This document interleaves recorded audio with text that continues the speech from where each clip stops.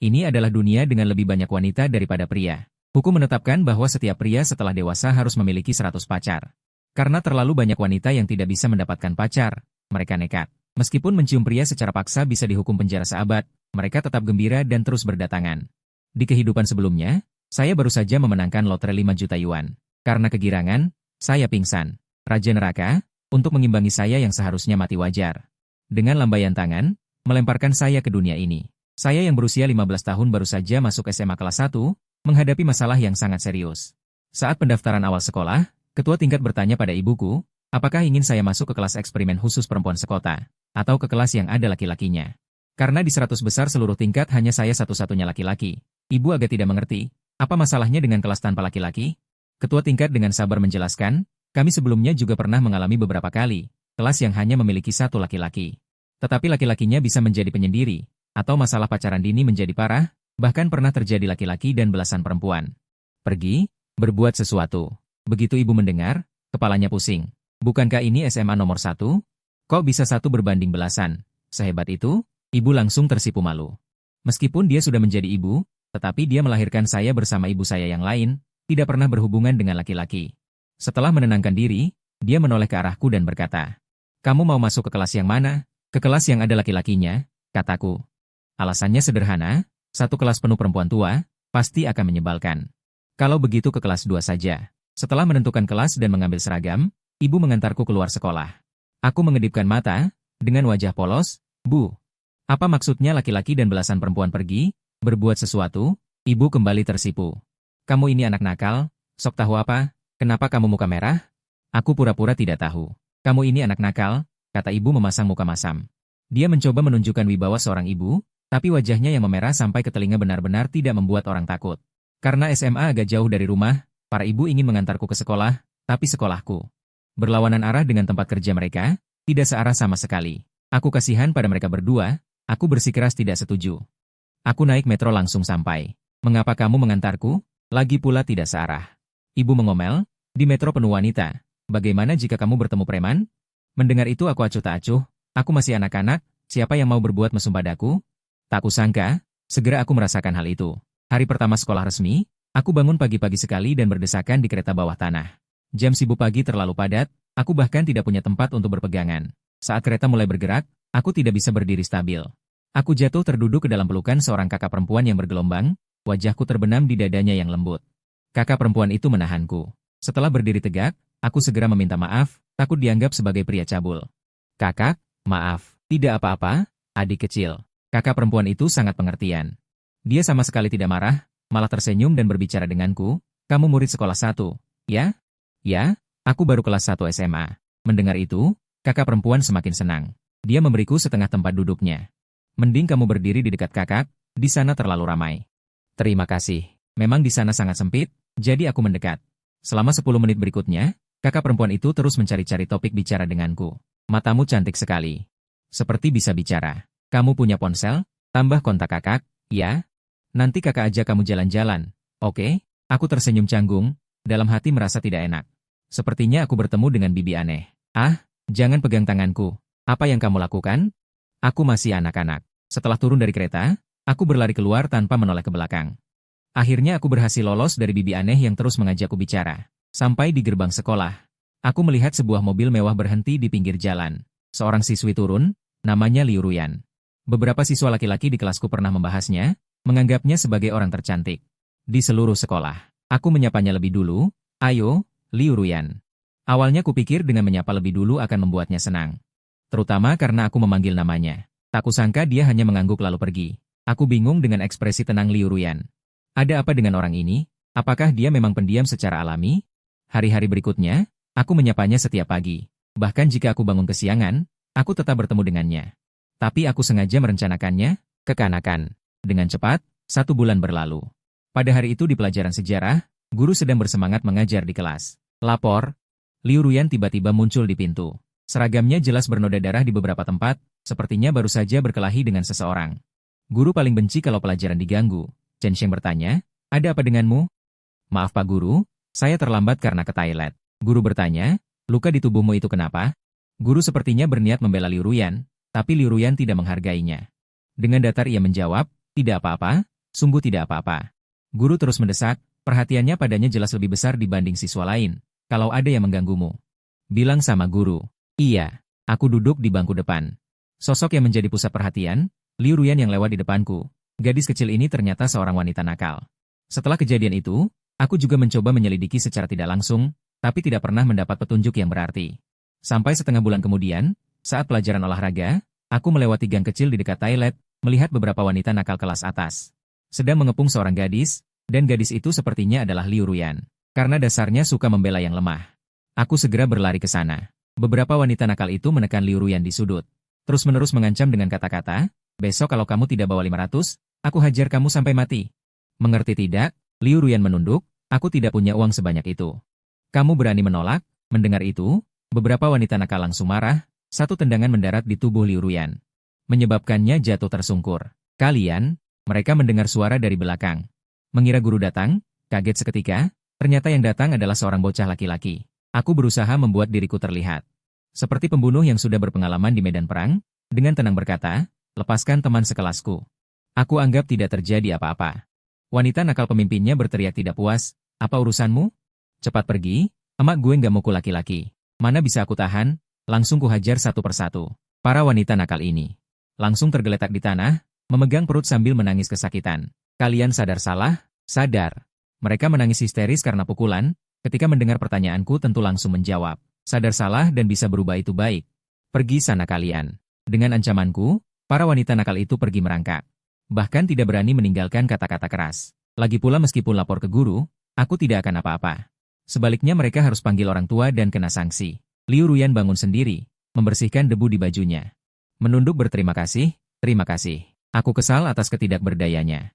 Bodoh, kenapa kamu gak balas mukul kalau dipukul orang? Liu Ruyan masih menunduk. Ibuku bilang jangan berkelahi. Terus ibumu bilang kamu boleh dipukul? Aku bingung. Rasanya otak Liu Ruyan kok tidak begitu pintar. Kalau mereka datang lagi, bilang sama aku. Aku yang urus mereka. Liu Ruyan diam-diam mengangguk, tidak bicara. Aku kira setelah kejadian ini, para siswa kelas atas itu tidak akan berani mengganggu Liu Ruyan lagi. Siapa sangka belum beberapa hari, aku tiba-tiba dengar Liu Ruyan bertengkar dengan orang, bahkan ada yang sampai dirawat di rumah sakit karenanya. Jadi gimana kabar Liu Ruyan? Bakal dikeluarkan? Aku agak penasaran mendekat. Melihatku datang, mereka buru-buru memberi jalan, menyuruhku duduk. Dengar tidak? Sepertinya Ibu Liu Ruyan seorang pejabat. Iya, aku lihat sekretaris ibunya datang. Pejabat besar? Aku mengedip, terus anak perempuannya kok begitu lemah? Siapa bilang tidak? Saat mereka sedang ramai membicarakan, Liu Ruyan masuk ke kelas. Kelas langsung hening. Aku segera berdiri, menghampiri Liu Ruyan.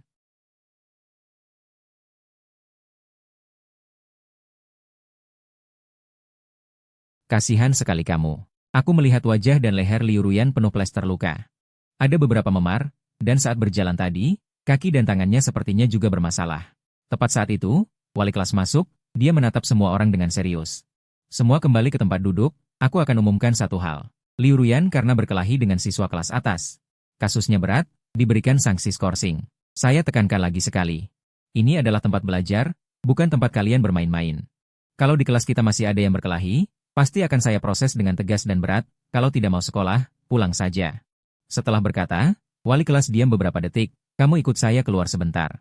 Aku bingung, apa mungkin gadis-gadis yang kuhajar itu melaporkanku? Setelah keluar, wali kelas menatapku, ragu-ragu sejenak, lalu langsung berkata terang-terangan. Kamu pacaran dengan Liu Ruyan? Siapa? Aku semakin bingung. Tidak ada. Wali kelas mengangguk, aku hanya bertanya. Dunia ini cukup toleran terhadap masalah pacaran di usia dini, kecuali jika orang tua pihak laki-laki tidak setuju. Biasanya guru tidak akan mempersoalkannya. Kenapa kau tanya begitu? Aku penasaran. Wali kelas tersenyum. Kata para siswa senior, mereka membicarakanmu di toilet. Liu Ruyan marah dan langsung memukuli mereka. Aku bingung setengah mati. Wali kelas menepuk pundakku. Sudahlah, yang penting tidak apa-apa.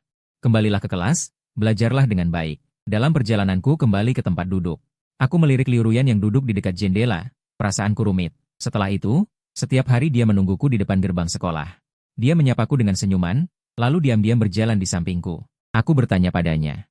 Dia menjawab, kalau aku diam, dia juga diam. Sampai hari Natal, saat aku dan Liu Ruyan baru masuk kelas, aku melihat mejaku penuh dengan apel. Beberapa dihiasi gambar hati, bahkan ada yang langsung bertuliskan, untuk suamiku.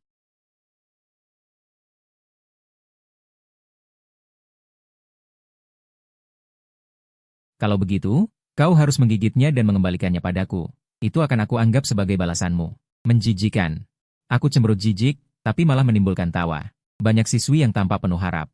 Seolah mereka benar-benar menginginkan apel yang sudah aku gigit. Untuk menghabiskan apel-apel itu, hari ini para guru yang mengajar. Setiap orang menerima apel yang aku beri. Saat istirahat, aku juga pergi ke kantin dan membeli sekantong besar coklat. Setiap orang dapat 2 atau 3, semuanya sebagai balasan. Saat coklat sampai ke Liu Ruyan. Tiba-tiba dia berkata, aku tidak memberimu apel. Ah, aku terkejut dengan kata-kata lugas Liu Ruyan, tapi aku ingat dia masuk bersamaku. Jadi benar dia tidak memberiku. Tidak apa-apa, aku memberimu sepotong coklat. Lagi pula aku juga tidak suka apel. Jangan kirim aku apel lagi ke depannya, terima kasih. Liu Ruyan menerima coklat itu. Menunduk, entah apa yang dipikirkannya. Aku menemukan kebanyakan orang setelah menerima coklat malah tidak memakannya. Mereka menyimpannya di kotak pensil atau tas mereka. Kenapa kalian tidak memakannya? Seorang siswi tertawa. Aku akan menyimpannya sebagai pusaka keluarga. Semua tertawa, dan aku mengerti. Bagaimanapun juga, mereka seumur hidup tidak akan menerima hadiah dari pria sehebat aku.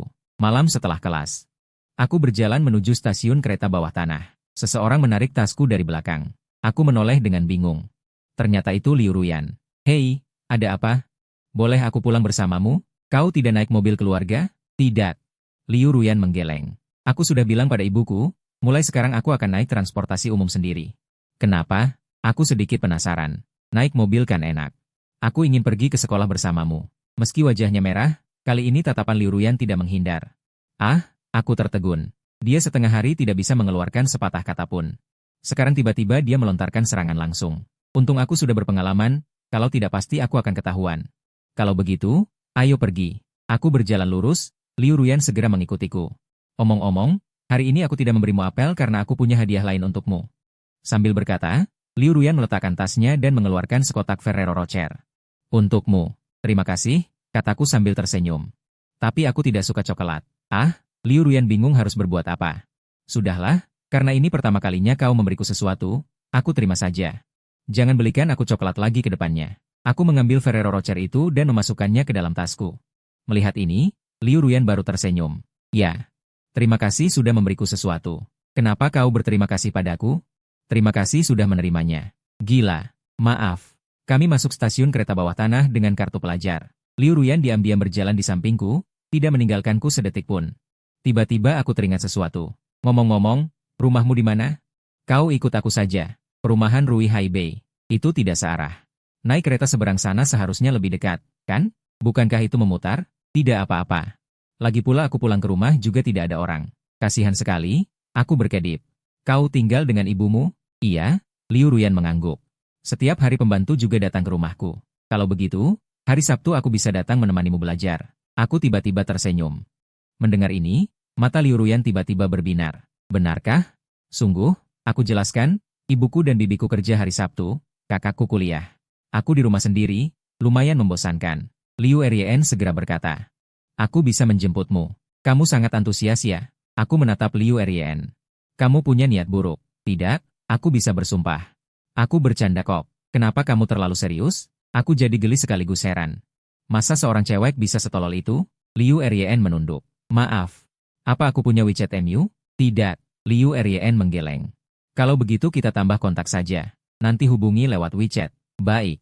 Aku melihat Liu Ryan tampak senang. Perlahan, penumpang di dalam kereta mulai bertambah banyak. Liu Ryan berusaha keras melindungiku di depannya, tapi tetap menjaga jarak beberapa sentimeter. Meski begitu, wajah mungilnya tetap merah padam. Dan karena terlalu banyak orang yang naik dari belakang, demi menahan desakan kerumunan. Tangannya sampai menonjolkan urat. Aku merasa sedikit geli dan heran, lalu berkata, tidak usah seperti ini. Kita naik kereta, aku tidak semulia itu. Liu Ryan diam saja, hanya menggeleng. Aku pun tidak lagi membujuk. Menjelang turun kereta, Liu Ryan tiba-tiba berkata, akhir-akhir ini aku mendaftar kursus taekwondo. Buat apa belajar barang itu? Aku tidak mengerti. Biar nanti aku bisa melindungimu. Melindungiku? Aku tertegun, lalu tertawa. Kecuali Liu Ryan berlatih sampai tubuhnya sekaku baja, seumur hidupnya dia tidak akan bisa mengalahkanku. Liu Ryan tampak bingung. Ada apa? Tidak apa-apa. Aku menggeleng. Aku tidak perlu perlindungan secara fisik. Kamu belajar yang rajin, kelak seperti ibumu jadi pejabat besar. Baru bisa benar-benar melindungiku. Paham? Liu Ryan mendengar lalu mengangguk. Dengan wajah serius, paham. Nanti pulang aku akan membatalkan kursus taekwondo. Tibalah hari Valentine. Liu Erien memanggilku keluar, janjian bertemu di jalan pejalan kaki Cuko Road. Sesampainya di sana, Liu Erien belum datang. Aku merasa agak aneh. Dia ini biasanya selalu datang sejam lebih awal. Kenapa hari ini telat? Saat aku hendak menelepon Liu Erien. Liu Erien keluar dari belakangku, tangannya memegang sebuket mawar yang sangat segar dan indah. Di tengah angin dingin yang menggigit, kemunculan buket mawar ini seolah membawa kedatangan musim semi. Membuat sekitar Liu Erien berubah menjadi nuansa hangat. Apa ini? Aku terkejut. Mawar. Liu Erien berkata sambil wajahnya memerah. Tentu saja aku tahu. Aku tidak buta. Aku merasa merinding, bisa kubayangkan seorang laki-laki. Betapa canggungnya saat pertama kali menerima bunga. Aku ingin mencari tempat untuk bersembunyi, bahkan tidak berani melihat tatapan orang-orang di sekitarku. Sebelumnya aku pikir ketebalan mukaku sudah cukup, tapi saat ini pun aku merasa kikuk. Untukmu. Liu Erien memberikannya padaku. Aku menerimanya dengan canggung. Lain kali jangan beli ini lagi. Sepertinya ini adalah pertama kalinya dalam hidupku, baik di masa lalu maupun sekarang, aku menerima bunga. Liu Erien berkata dengan tenang. Aku memberimu ini karena di internet bilang, kalau mau menyatakan perasaan harus bawa bunga. Bisakah kamu jadi pacarku? Kita masih kecil, belum boleh pacaran. Dia terpaku. Matanya redup, air matanya mengalir tanpa terkendali. Aku juga bawa hadiah untukmu. Aku mengambil kotak kecil dari tasku dan memberikannya padanya. Liu Erien menerimanya, membukanya, dan melihat gelang di dalamnya. Jika kamu tidak mau, kenapa masih memberiku hadiah? Aku menjelaskan, alasannya karena kita belum dewasa. Nanti kalau sudah lulus SMA, aku akan menerimamu. Dia khawatir aku akan berubah pikiran. Aku tersenyum dan berkata, kalau begitu, kita janji kelingking. Setelah mendapat janjiku, suasana hati Liu Erien menjadi jauh lebih baik. Lagi pula, cowok setingkatku ini. Mana mungkin begitu mudah dikejar? Aku memasangkan gelang itu di tangannya. Di bawah sinar matahari, batu kristal biru air berkilauan. Dia berkata dengan serius, aku bersumpah tidak akan pernah melepasnya. Aku mengetuk dahinya. Jangan sembarangan bersumpah. Ini cuma gelang perak, nanti aku ganti dengan yang emas. Dia bersikeras, aku mau yang ini. Liu Erien pulang ke rumah. Senyumnya tidak bisa disembunyikan. Ibunya Lisu penasaran, ada apa? Liu Erien dengan bangga menunjukkan gelang itu. Dia yang kasih. Lisu terkejut. Gelang ini gak murah ya? Liu Erien sombong. Lisu bergumam. Aku senang untukmu. Bertahun-tahun menikah, ayahmu juga gak pernah memberiku apa-apa. Pada malam hari Valentine, aku membawa pulang bunga. Ibu Qiu mendengarkanku. Aku menolak gadis yang memberiku bunga, antara menangis dan tertawa. Kamu menolak tapi tetap menerima bunganya. Aku berkata dengan enteng, menerima hadiah bukan berarti setuju. Dua hal yang berbeda. Liu Ruyan merasa campur aduk, tetapi tetap memotong mawar dengan rapi. Memasukkannya ke dalam vas. Mawar ini sangat indah, komentar ibu lain, Xia Xue. Aku belum pernah menerima mawar. Qiu memberikan satu padanya, untukmu. Mereka berdua saling tersenyum. Setelah gagal menyatakan cinta, Liu Ruyan tidak patah semangat. Sebaliknya, dia terus menempeliku ke sekolah dan pulang. Di sekolah mulai beredar gosip tentang hubungan cintaku dengan Liu Ruyan. Olah seluruh sekolah ternyata direbut olehnya. Ini membuat banyak orang tidak percaya. Tapi surat cinta di mejaku semakin banyak. Di dunia poligami ini, jika ingin menikahi lebih dari 4 istri, perlu persetujuan semua istri saat ini. Jadi kebanyakan keluarga cenderung pada komposisi 4 istri. Jadi meskipun ada desas-desus bahwa aku dan Liu Ruyan bersama, orang lain malah merasa peluangnya lebih besar, meskipun aku belum berjanji pada siapapun. Liu Ruyan terhadap keunggulanku tetap dipenuhi rasa krisis. Di rumah, ibu dan bibi. Tiba-tiba mereka semua naik jabatan di posisi masing-masing. Saat makan, saya tidak bisa menahan diri untuk bertanya, kenapa kalian tiba-tiba dipromosikan? Qiu menggelengkan kepalanya, sementara Xia Xue menjawab dengan sedikit misterius, sepertinya ada hubungannya dengan teman sekelasmu, Liu Yan. Aku langsung senang. Liu Ruyan dan Xia Xue mengangguk. Atasan bertanya tentang hubunganku dengan kepala distrik Li, lalu baru tahu bahwa ibu Liu Ruyan adalah kepala distrik. Xia Xue mengusulkan untuk berkunjung. Saya berpikir sejenak, sudahlah, lain kali saya siapkan sesuatu untuk dibawa saja. Membantu bukan berarti tidak pantas, tetapi juga tidak boleh terlihat terlalu pragmatis. Keesokan paginya, saat turun ke bawah, aku melihat sosok yang familiar. Liu Ruyan, kenapa kau menungguku di sini? Biasanya dia menungguku di stasiun kereta bawah tanah, kenapa kali ini sampai ke bawah gedung? Liu Ruyan menarik tanganku sambil tersenyum. Terkejut, kamu begitu hebat, tentu aku harus mengawasimu. Kalau sampai diculik orang, aku menggeleng pasrah. Pelajaran matematika terakhir pagi selesai. Guru mengundangku bergabung dengan kelas Olimpiade Matematika. Liu Ruyan menghela nafas iri, kapan aku bisa sehebat kamu? Aku mendapat ide, mulai hari ini aku akan memberikan les tambahan padamu. Les tambahan.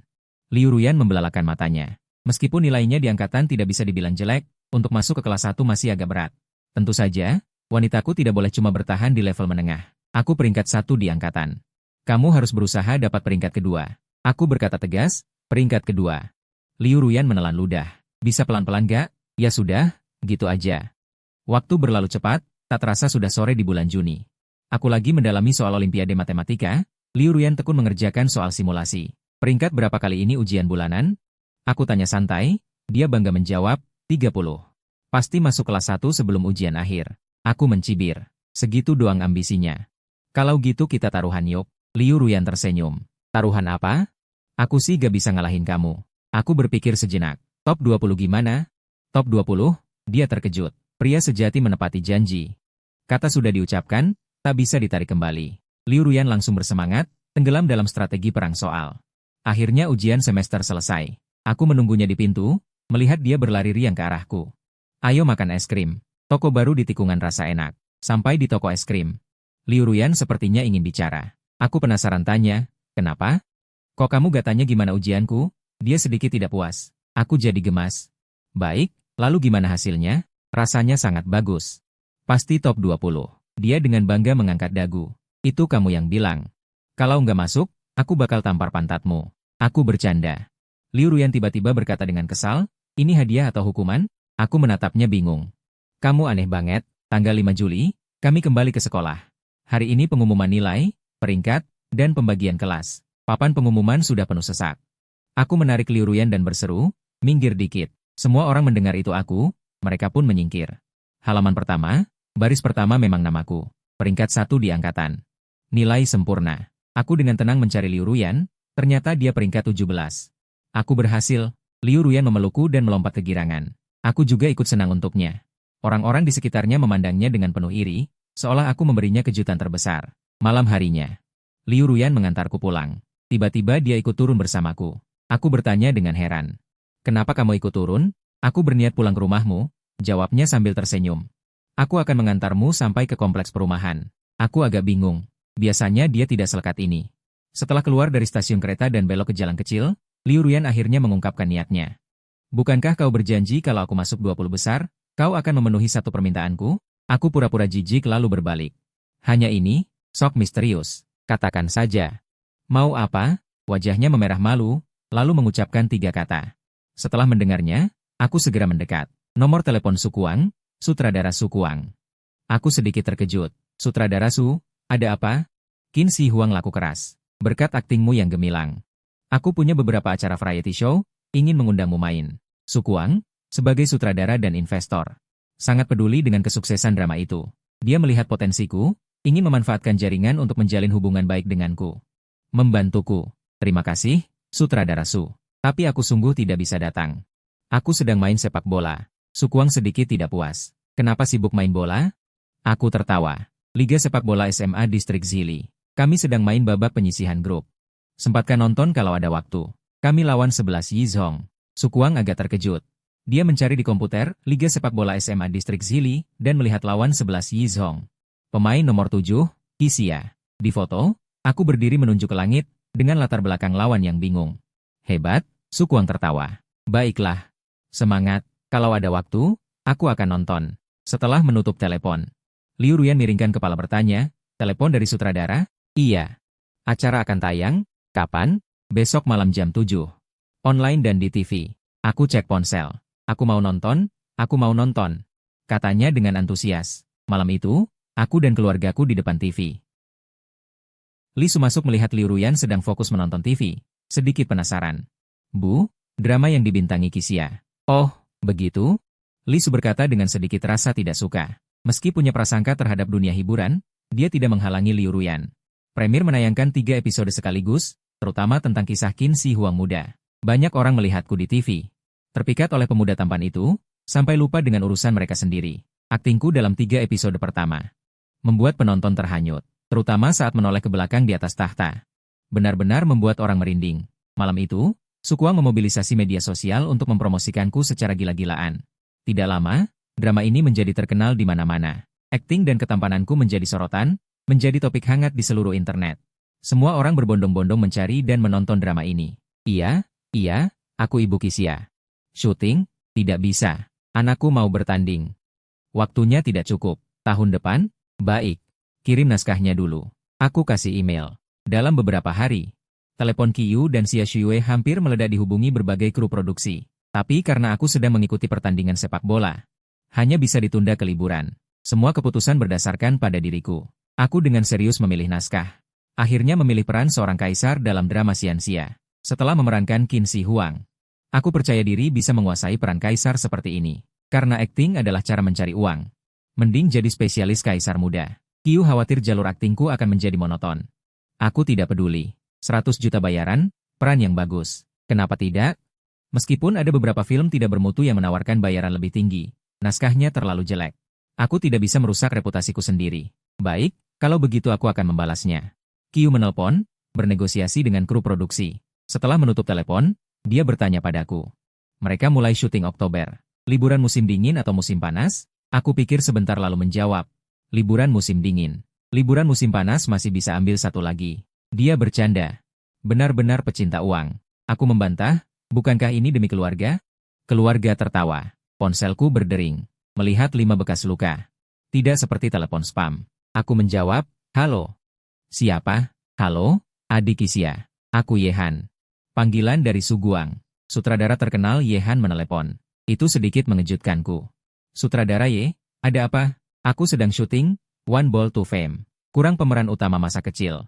Kulihat kamu main bola bagus. Bisakah kamu datang? Aku menolak tanpa ragu. Maaf, Sutradara Ye. Waktu liburan musim panas tidak cukup untuk pertandingan. Yehan mengingat saran dari Sukuang. Masih tidak mau menyerah. 7 hari, 2 juta, bagaimana? Aku terkejut. Apa katamu? Adeganmu bisa selesai dalam 7 hari. Bayaran 2 juta. Kalau waktu tidak cocok, lupakan. Lihat apa yang Anda katakan, waktu itu seperti air di spons. Kalau diperas pasti ada. Aku tertawa setuju. Yehan tertawa keras. Aku suruh asisten hubungi kamu. Adeganmu kalau lancar bisa selesai 3 hari. Aku konfirmasi. Baik, Sutradara Ye. Telepon ditutup. Yang lain agak terkejut. Bukannya bilang liburan musim panas tidak ambil syuting? 4 jam sehari, 28 jam 7 hari, 2 juta. Setelah pertandingan sepak bola selesai, aku bawa Liu Ruyan dan Shen Youchu pergi ke Hanseong, kerajaan Daxia Gaoli. Untuk ikut syuting film, One Ball to Fame. Pesawat baru mendarat. Asisten menyambut kami dengan papan besar. Halo semuanya. Dia sangat gugup. Aku nonton finalmu main bola tadi malam. Benar-benar keren. Aku tersenyum tipis. Sudah biasa dengan pujian seperti ini. Dalam hati hanya ingin cepat selesai syuting, ambil uang lalu pergi. Naik mobil sampai hotel. Sutradara Yehan dan seorang pria muda datang ke arah kami. Setelah berjabat tangan dengan Yehan, aku memerhatikan pria muda itu, Sun Qingming. Dia adalah pemain sepak bola profesional. Di usia muda sudah menjadi pemain inti tim nasional. Ya, dia tersenyum memperlihatkan gigi. Aku sudah nonton pertandinganmu. Bakatmu bagus. Semoga kita nanti bisa jadi rekan setim di tim nasional. Sutradara Ye memperkenalkan, One Ball to Fame. Sun Qingming adalah pemeran utama. Kamu berperan sebagai dia waktu kecil. Aku sangat terkejut. Ternyata membiarkan atlet profesional berakting. Sutradara Ye benar-benar tidak konvensional. Di ruang rapat kecil hotel, Sutradara Ye memberiku naskah. Isi utamanya adalah syuting kamu sekolah, main bola liar dengan teman sebaya, ditemukan pelatih. Teknik dan aktingmu pasti tidak masalah. Aku membuka naskah. Seperti katanya, isinya sangat sederhana. Kalau bukan karena batasan kerja hanya 4 jam sehari. Dengan usaha 1-2 hari bisa selesai. Keesokan harinya, aku mulai syuting babak baru. Lokasi syuting dipilih di kampung halaman Sun Qingming, kota kecil pegunungan. Dia setiap hari ke sekolah harus mendaki gunung.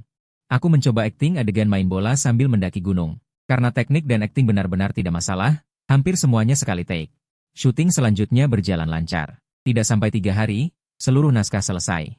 Sun Qingming berkata dengan iri, andai saja syutingku semudah ini. Aku tertawa.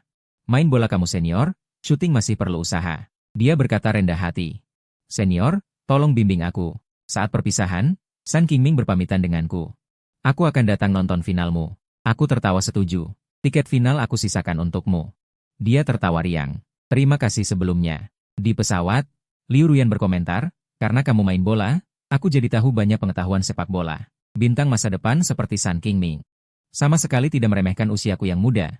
Bergaul denganku seperti teman. Aku berkata dengan bangga. Itu karena aku tahu aku adalah bintang masa depan. Semester baru.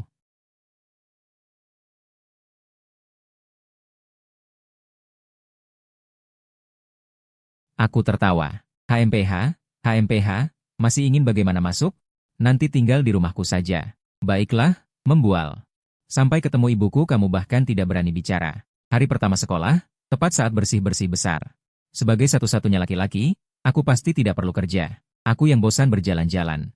Seorang gadis berlari ke arahku dan berkata, "Halo, siswa Kisia. Aku ketua kelas baru." Aku mengangguk sedikit. "Halo." Su Weiwei mendekatiku. Dengan senyum di wajah. "Aku nonton kamu main bola saat liburan. Keren sekali. Kalau ada pertandingan nanti, bisakah kamu ajak aku?" Aku menjawab santai, "Nanti. Mungkin aku tidak main lagi. SMA juga tidak akan ikut pertandingan lagi." Dia mendekat beberapa langkah. "Mengapa?" Aku menggeleng dan mendesah. Hanya merasa sedikit lelah. Untuk sementara malas main bola. Sebenarnya, kalau pertandingan kasih aku 800.000 atau sejuta, mungkin aku akan mempertimbangkannya. Sekarang hampir tidak ada hasil, jadi pikirkan saja, lebih baik tidak usah. Su Weiwei merenung sejenak, menatapku, lalu tiba-tiba tersenyum genit dan berkata, "Tanganmu kecil sekali, lebih kecil dari tangan perempuan." Aku ragu-ragu mengulurkan tanganku. "Benarkah? Kalau tidak percaya, kita bandingkan." Sambil berkata, dia menarik tanganku. Jari-jarinya perlahan meluncur ke atas, kedua tangan saling menempel erat. Su Weiwei gemetar karena gelisah. "Ternyata tanganmu lebih besar." Saat itu, Liu Ruyan masuk sambil membawa pel, dan kebetulan melihat pemandangan ini. Su Weiwei mengangkat alis. "Liu Ruyan datang. Dia tidak akan salah paham soal kita, kan?" Aku hanya ingin menggaruk kepala. Ternyata dia seorang green tea. Liu Ruyan melihat Su Weiwei di dalam hatinya. Memang sedikit tidak puas, tetapi tidak menunjukkannya. Setelah melihatku berjalan mendekat, Liu Ruyan bertanya dengan suara tenang, "Ada apa?" Tampaknya dia seorang green tea. Aku mengambil kesimpulan. "Haha." Liu Ruyan segera tertawa. "Aku pikir kamu akan menerimanya." "Sudahlah, aku ini seorang face control." Aku berkata jujur. "Kamu harus lebih berhati-hati mulai sekarang," kata Liu Ruyan. "Jangan sembarangan membiarkan orang lain memanfaatkanmu." Aku merasa kata-kata itu aneh di telinga. Melihat mereka berdua mulai mengobrol lagi. Kedua belah pihak tidak menunjukkan ketidakpuasan sedikit pun. Liu Ruyan bahkan tidak memiliki ekspresi cemburu sama sekali. Hal ini membuat Su Weiwei sedikit gelisah dan bingung. Di internet dikatakan, wanita setuju dengan poligami karena terpaksa. Setiap wanita itu egois. Semua pada dasarnya cemburu. Jadi saat menghadapi intervensi pihak ketiga, istri asli akan sangat marah, mungkin akan bertengkar dengan pria itu.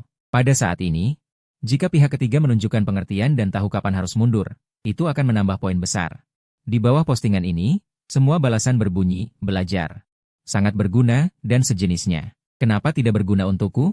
Pasti karena kemampuanku masih kurang. Lain kali harus lebih berusaha. Sejak awal sekolah, gadis-gadis baru kelas 1 selalu menatapku, dan semakin banyak penggemar yang diam-diam memotretku, membuatku merasa merinding. Bulan ini aku telah menolak 27 orang yang menyatakan cinta. "Kamu sangat populer," kata Su Weiwei sambil berjalan ke depanku. Dia menghela nafas. "Sudah berapa orang yang kamu tolak bulan ini?" "Tumpukan surat cinta. Aku bahkan tidak pernah membacanya," jawabku jujur. "Kalau yang menyatakan langsung?" "Ada berapa?" 27, jawabku. Su Weiwei menatapku dengan heran. "Rata-rata 1 orang per hari. Begitu banyak orang yang menyatakan cinta padamu. Kenapa kamu tidak menerima satu pun? Standarmu terlalu tinggi." Liu Ruyan memang cantik. Tapi yang lain tidak seburuk itu. Dia menyampingkan tubuh, kerah baju lengan pendeknya terbuka, memperlihatkan sebagian besar kulit putihnya. Sepertinya dia mengisyaratkan bahwa dia memiliki pandangan berbeda tentangku. Aku juga tidak tahu bagaimana menjelaskan masalah ini, jadi hanya bisa menyimpulkannya pada, aku belum ingin pacaran. Mereka berbeda denganmu, sama sekali tidak punya kesadaran diri. Maksud tersiratku adalah, lihat betapa sadar dirinya kamu, tidak berani menyatakan cinta padaku, itu benar. Su Weiwei tampaknya salah paham dengan maksudku. Wajahnya menunjukkan sedikit keraguan, seolah telah mengambil keputusan. "Sebenarnya, aku juga menyukaimu. Sejak kelas 1 SMA, aku sudah menyukaimu." Aku menjawab dengan tenang. 28, Su Weiwei menunjukkan ekspresi putus asa. Waktu tiba pada 19 Oktober. Hari ulang tahunku. Aku mengatur semuanya dengan rapi. Pagi hari bermain di pusat permainan dengan Liu Ruyan. Lalu makan daging panggang. Siang hari, dia baru memberikan kado ulang tahun. Saat kubuka kotaknya, ternyata jam tangan digital. "Ini tidak murah, kan?" tanyaku heran. 8.000 lebih, jawab Liu Ruyan. "Ya ampun," aku mendongak menatapnya.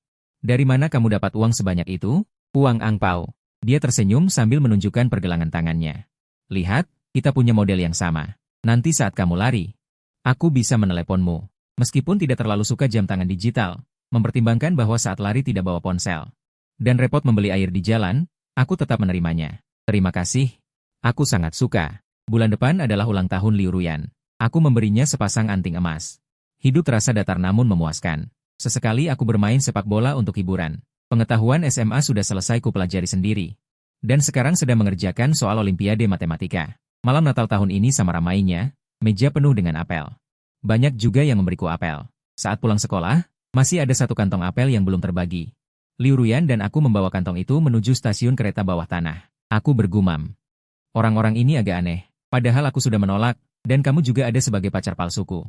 Mereka masih saja peduli. Liu Ruyan berkata tanpa ekspresi. Kamu tidak mengerti. Suami orang lain lebih menggoda. Aku menatapnya bingung. Kamu sadar apa yang kamu katakan? Liu Ruyan sadar sepertinya dia bicara terlalu banyak. Wajahnya memerah. Kamu diam-diam nonton hal kotor apa? Tidak.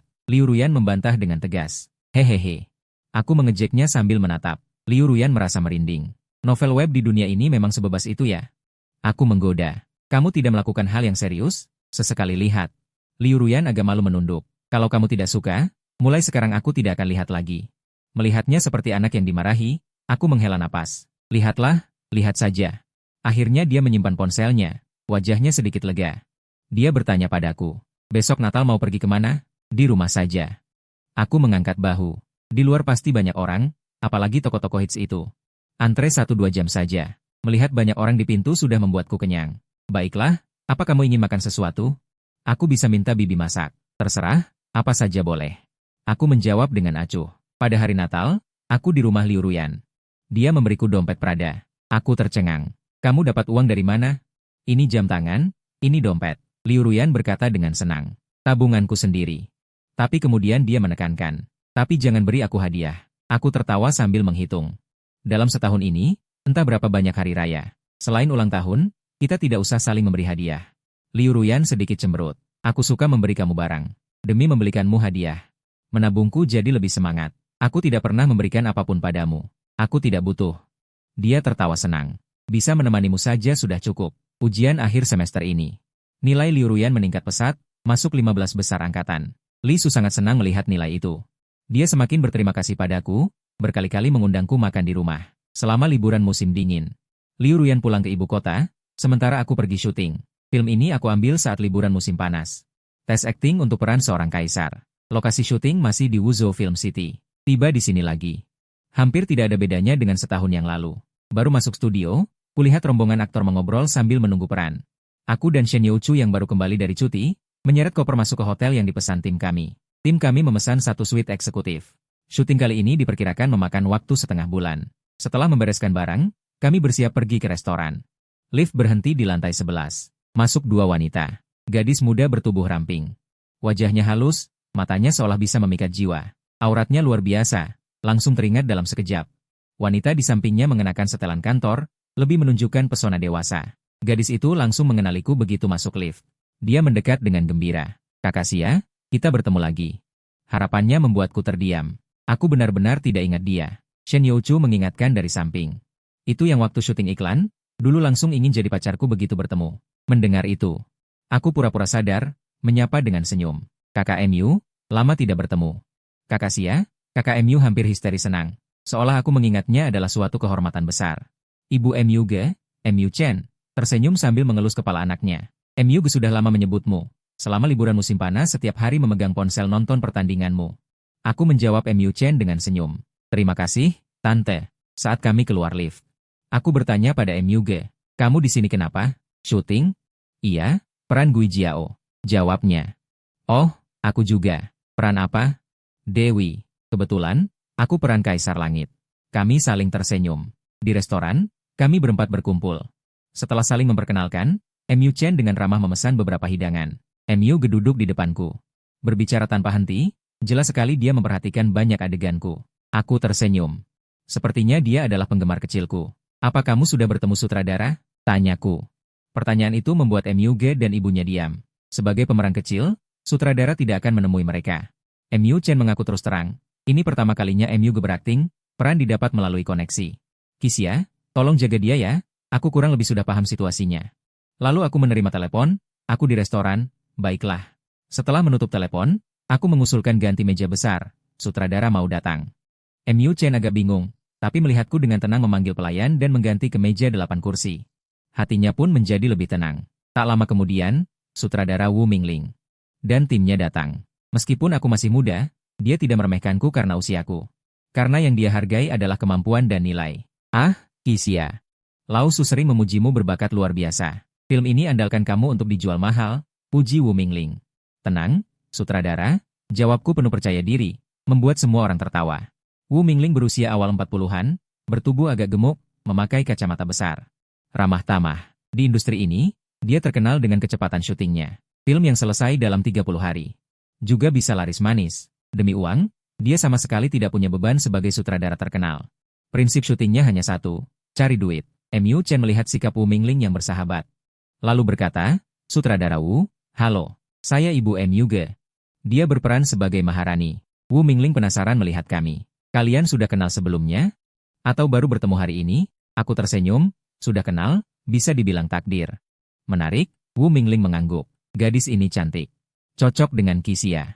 Jadi pemanis saja sudah bagus. Setiap syuting, berdiri saja di samping Kisia. Beri banyak close-up. Ngomong-ngomong, berapa bayaranmu? MU Chen menjawab gugup, 20.000 yuan. 20.000 per episode. Wu Mingling bertanya, total 20.000? MU Chen tertawa canggung. Untuk menjalin relasi saja sudah habis 200.000. Tapi mau bagaimana lagi, tanpa nama dan tanpa memberi amplop. Pasti tidak dapat peran. Kesempatan langka. Agak rendah. Wu Mingling berkata pada asistennya, naikkan jadi 200.000. Terima kasih, sutradara. MU Chen senang, mendorong MU Ge. MU Ge langsung membungkuk. Wu Mingling mengangguk santai. Sebenarnya MU Ge hanya peduli padaku karena diriku, tidak terlalu tertarik. Sambil makan, dia bertanya padaku. Setengah bulan ini syutingmu. Sudah paham naskahnya? Ada yang tidak mengerti? Sudah selesai baca? Angguku. Aku cukup suka peran ini. Ceritanya tidak rumit. Seorang dewa perang dari alam surgawi bereinkarnasi menjadi manusia biasa, kehilangan ingatan. Dalam perjalanan bertemu 4 pria yang mencintainya. Genre Mary Sue sentral wanita ini, tidak peduli ratingnya rendah atau kontroversinya banyak. Rating dan jumlah kliknya selalu tinggi. Sampai sekarang masih jadi arus utama. Sedangkan peranku sebagai Dijun adalah bagian di mana Wu Mingling menyelipkan kepentingan pribadinya. Dijun sebelumnya tewas dalam perang besar antara alam dewa dan alam iblis. Maka di antara klan Di, dipilihlah penerus termuda dengan garis darah paling murni. Dijun baru ini menjadi boneka alam dewa. Kekuasaan sebenarnya berada di tangan Bai Si dari klan Ling, salah satu antagonis. Namun, Dijun kecil ini tanpa penakut di permukaan. Diam-diam dia mengumpulkan kekuatan, dan akhirnya dengan bantuan tokoh utama wanita, menghancurkan Bai Si dari klan Ling, mengalahkan pasukan iblis. Menjadi satu-satunya penguasa di seluruh 9 langit dan 10 penjuru. Dijun bukan hanya satu-satunya orang bijak dalam drama, tetapi juga sandaran tersembunyi tokoh utama wanita. Beberapa kali membantunya lolos dari hukuman. Keesokan harinya, aku selesai berdandan, mengenakan pakaian kaisar surgawi yang megah. MU Ge juga berdandan sempurna. Pakaian Maharani membuat hiasan dahi di alisnya semakin mencolok. Kami berdua berdiri bersama, benar-benar seperti sepasang anak dewa yang sempurna. Hari ini syuting adegan upacara naik tahta. Aku perlu syuting beberapa kali dalam latar yang sama untuk menunjukkan ketegangan, kebingungan, datar, termenung, sinis. Dan akhirnya aura saat berkuasa. Ini murni mengandalkan akting, bahkan aktor senior pun sulit melakukannya. Namun aku menyelesaikannya dengan tenang. Setiap gerakan dan ekspresi, membuat Wu Ningning berdiri dan bertepuk tangan. Kisia, aktingmu sangat bagus. Semua orang istirahat 15 menit. Kisia, kesini sebentar.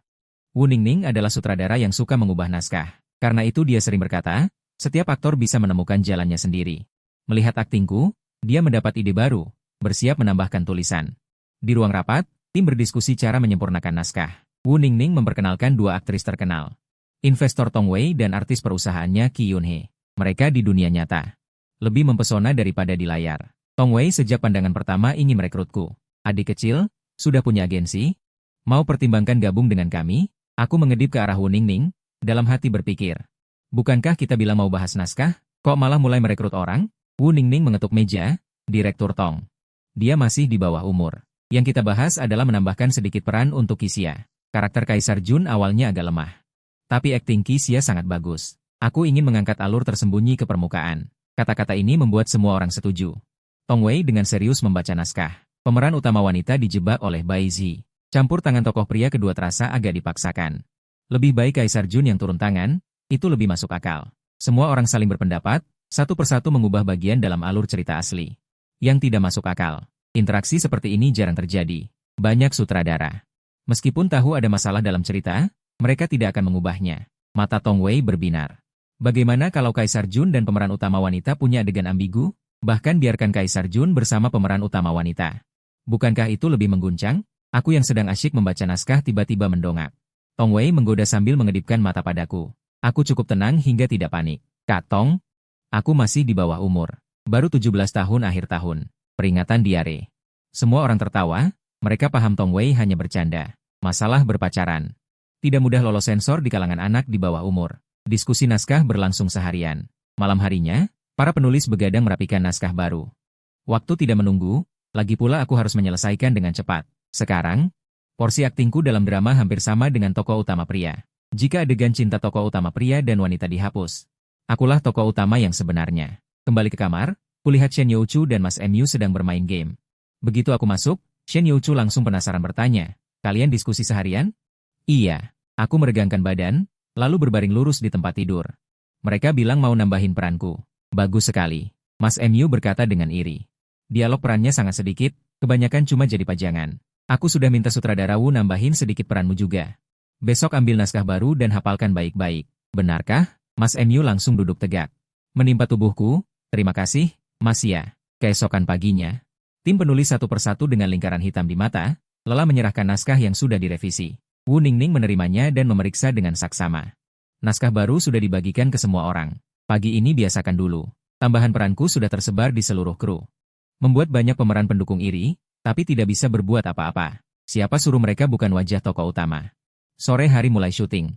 Penampilanku selalu stabil. Adegan per episode hampir selalu lulus sekali take.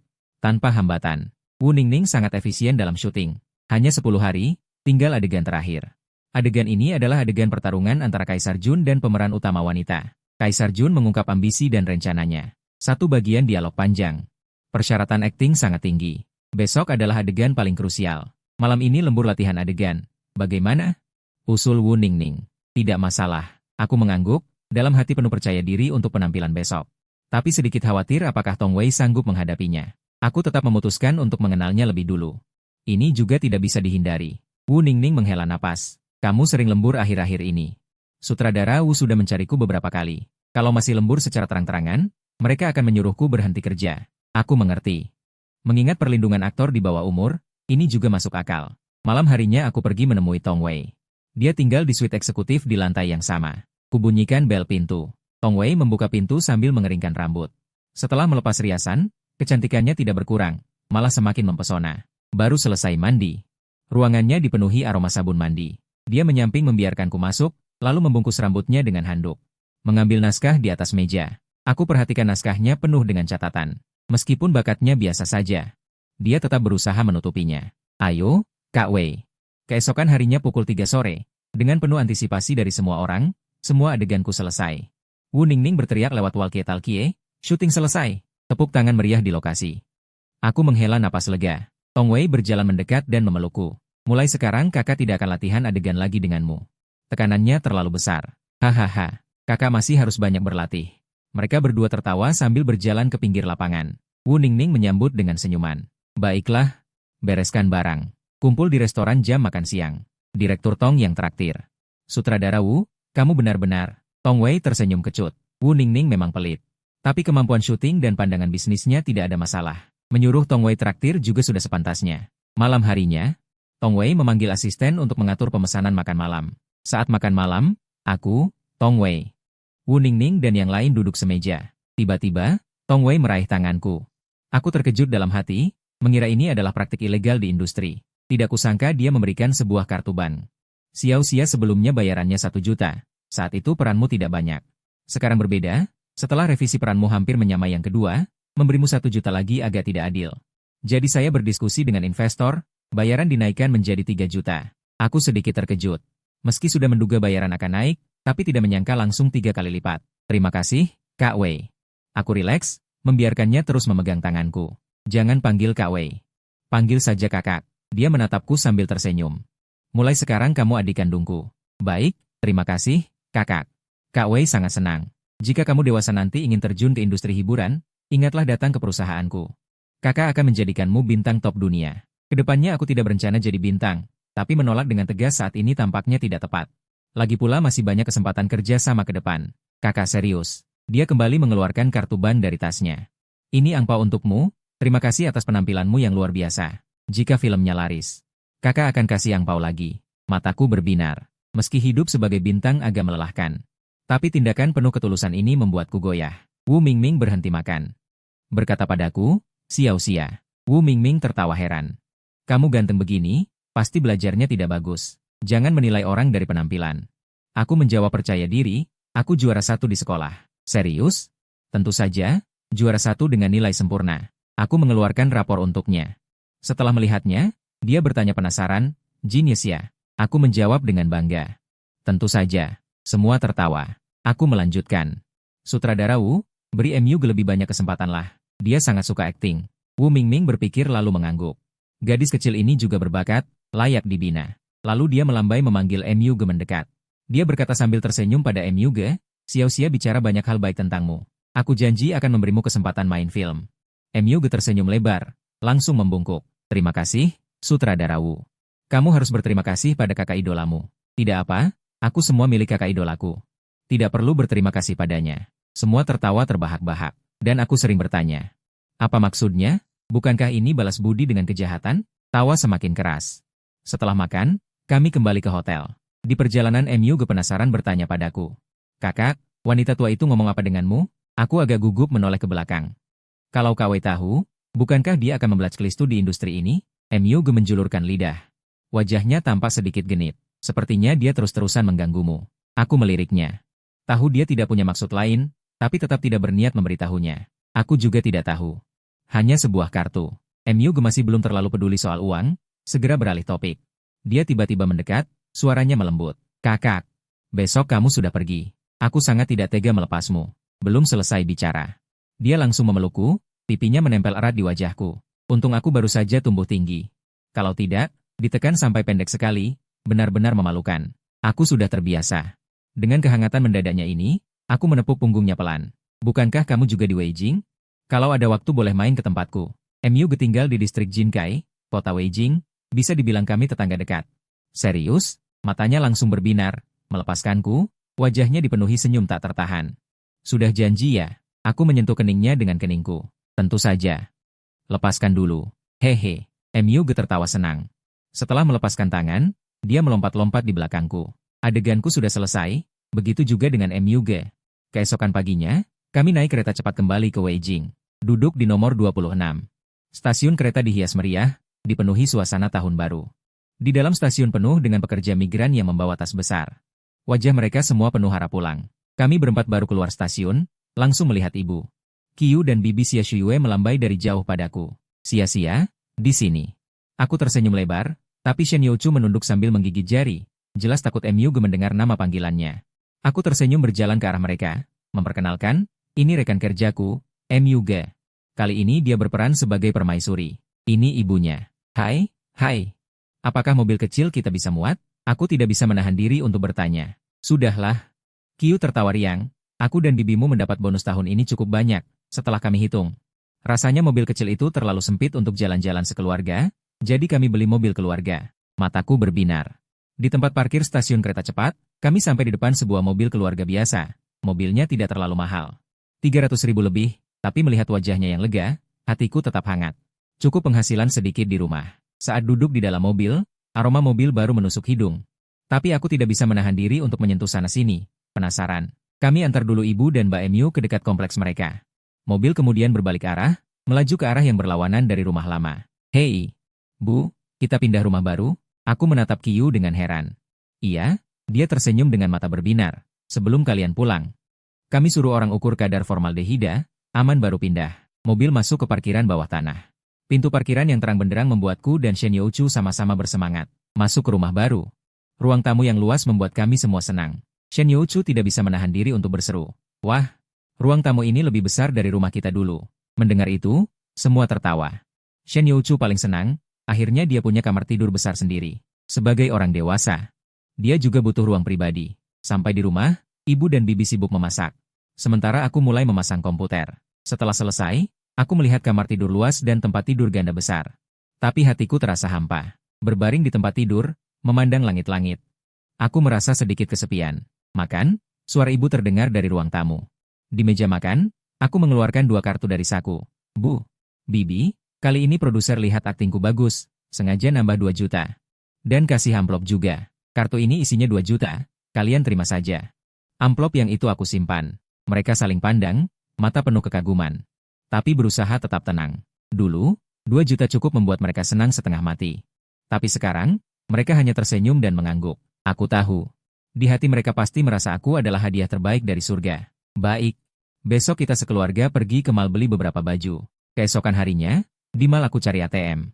Cek saldo amplop WeChat, ternyata ada 1 juta. Pantas saja jagoan. Amplop receh saja hampir setara dengan honorku. Ibu dan Bibi tahu. Hanya tertegun sebentar, lalu lambaikan tangan suruh aku urus sendiri uang itu. Malam tahun baru. TV menyala sebagai latar, meja penuh dengan hidangan mewah. Kami masing-masing pegang 1 botol. Minuman rendah alkohol, ibu angkat kaleng, tertawa ceria.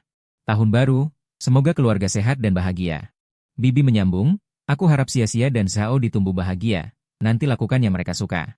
Shen Youchu mengedip, suara tegas, aku mau masuk rumah sakit umum kota. Jadi dokter yang hebat. Bagus, kami bertiga tepuk tangan serempak. Sejak kondisi keluarga membaik, hubungan Shen Youchu dan Bibi juga agak mencair.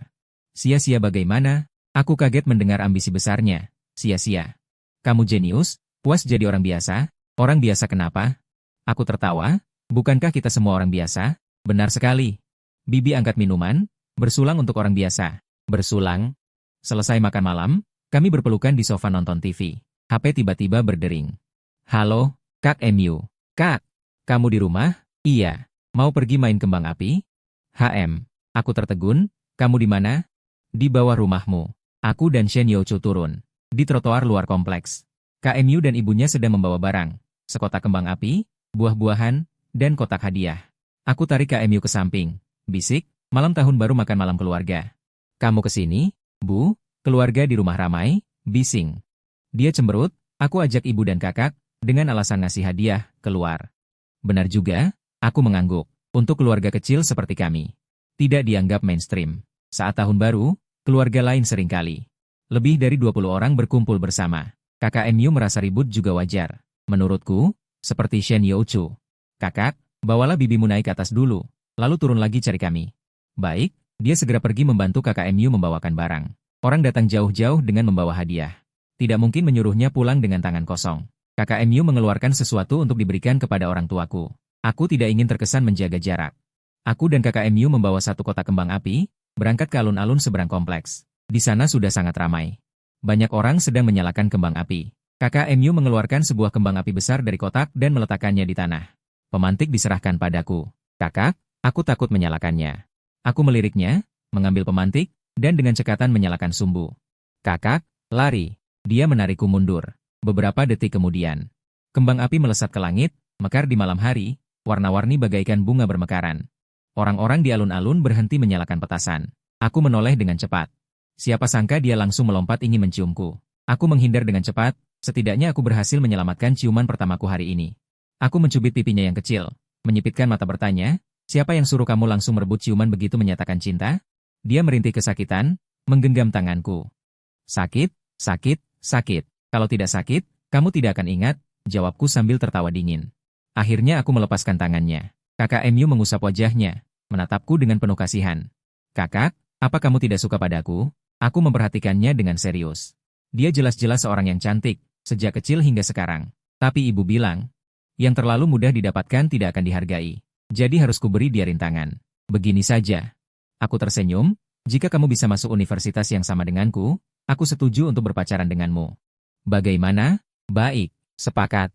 Matanya berbinar, tapi dia tidak tahu apa yang akan dihadapi. Kakak, bagaimana prestasi belajarmu? Secara rendah hati, peringkat paling bawah di seluruh sekolah. Peringkat paling bawah di seluruh sekolah? Rendah hati? Dia menundukkan kepalanya yang kecil, duduk lesu. Kalau tidak rendah hati, peringkat paling bawah di seluruh provinsi. Aku ingin sendiri. Kakak MU menundukkan kepala, suaranya lirih seperti nyamuk. Shen Youchu berjalan mendekat. Melihat dengan heran pada wajahnya yang pucat. Ada apa dengannya? Dia ingin bersaing belajar denganku. Aku mengangkat bahu tak berdaya. Cekak-cekak. Shen Youchu tidak tahan, tertawa kecil. Dia menepuk bahu kakak MU, lalu berkata. Intinya, Setiap ada soal yang tidak bisa, aku tanya pada sia-sia. Kakak MU bingung menoleh ke arahnya. Kakak, kamu kelas 3 SMA, semester 2 kuliah. Kakak MU benar-benar terdiam. Rasa dingin menjalar di hatinya. Bukan tangisan histeris, melainkan keputusasaan yang hening. Aku tersenyum, menepuk punggungnya. Kenapa kamu tidak tanya aku mau mendaftar ke universitas mana? Matanya yang kelabu berkilau sedikit. Kakak, kamu mau daftar kemana? Universitas Ibu Kota. Rasa dingin kembali menyerang. Hatinya benar-benar beku. Hahaha, bercanda. Aku langsung memeluknya. Nada bicara santai. Aku berencana masuk Zichuing. Kakak MU langsung bersemangat kembali. Zichuing bagus. Ya, Zichuing saja. Zichuing juga universitas ternama. Kamu bisa masuk? Aku meliriknya. Pokoknya swasta, kasih uang saja kan? Dia melambaikan tangan tak acuh.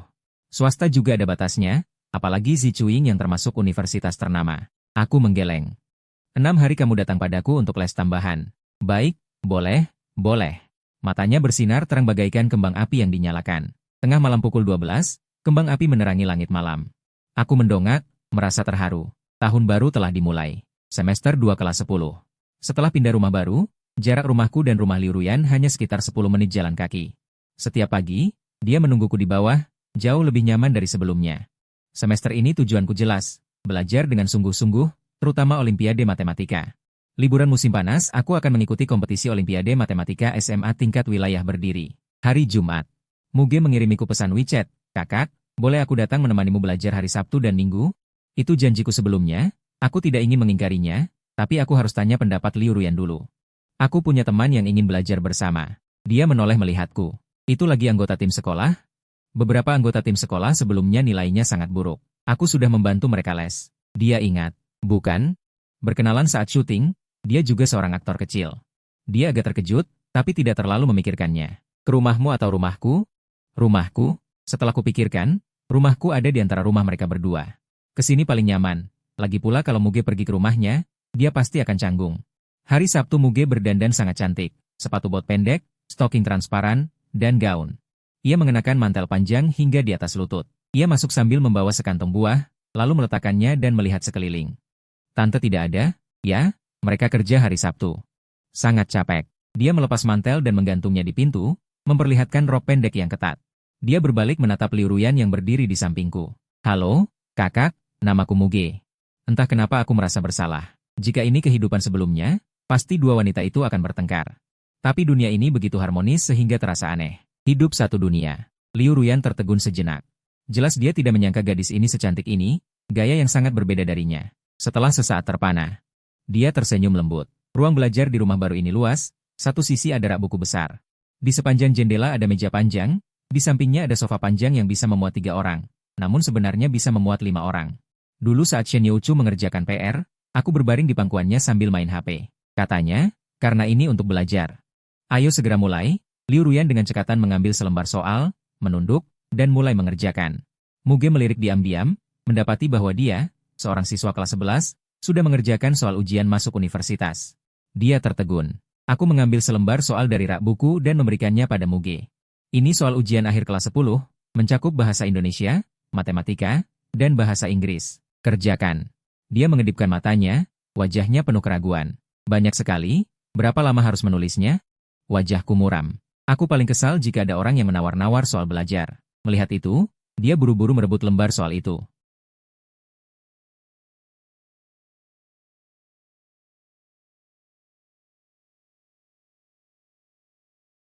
Muge, yang kamu tulis itu apa? Olimpiade Matematika. Muge membelalakan mata. Wajahnya penuh keheranan. Olimpiade Matematika sihir? Aku menoleh tanpa kata. Aku mengetuk dahinya dengan pulpen. Kerjakan punyamu.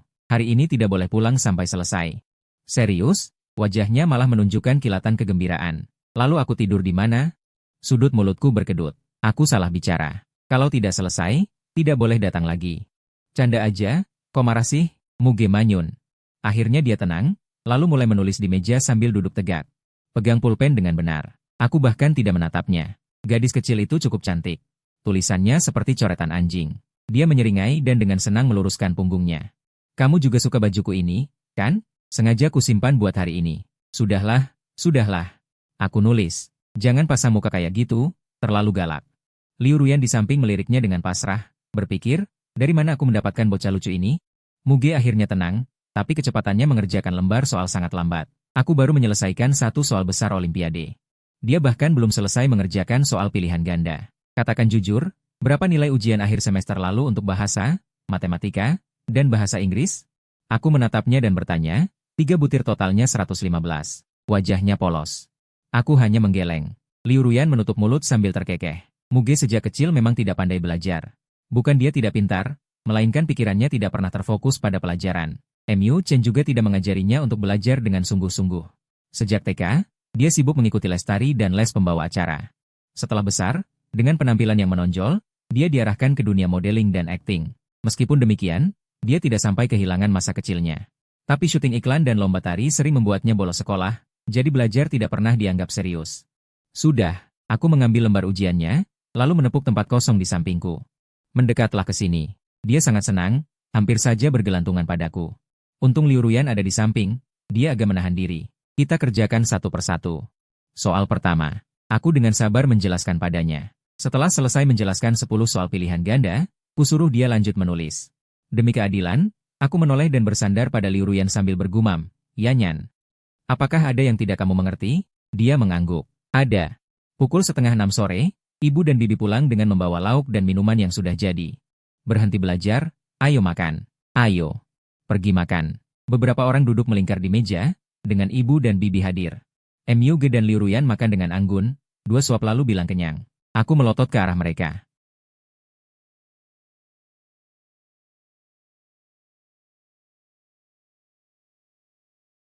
Tidak bisa tidak membandingkan. Mu Ge ceria, hidung dan matanya bersemangat, sekali lihat. Penampilan bintang yang menarik perhatian. Liu Ruyan tidak begitu memukau, tapi semakin dilihat semakin enak dipandang.